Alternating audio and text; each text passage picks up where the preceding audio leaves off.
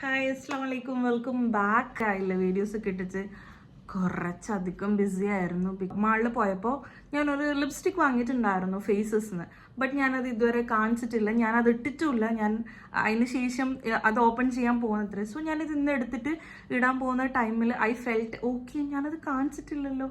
So finally കുറേ കാലത്തെ കാത്തിരിപ്പിന് ശേഷം എനിക്ക് പറ്റിയ ഒരു ഷെയ്ഡ് കിട്ടി. Thanks to mamma. ഞാൻ എന്ത് പറഞ്ഞാലും വാങ്ങിത്തരാം. അതൊരു പാവം മനുഷ്യൻ. സാറിലപ്പോട്ടോ വിധി, അല്ലാതെ എന്ത് പറയാൻ. Okay fine, what ever.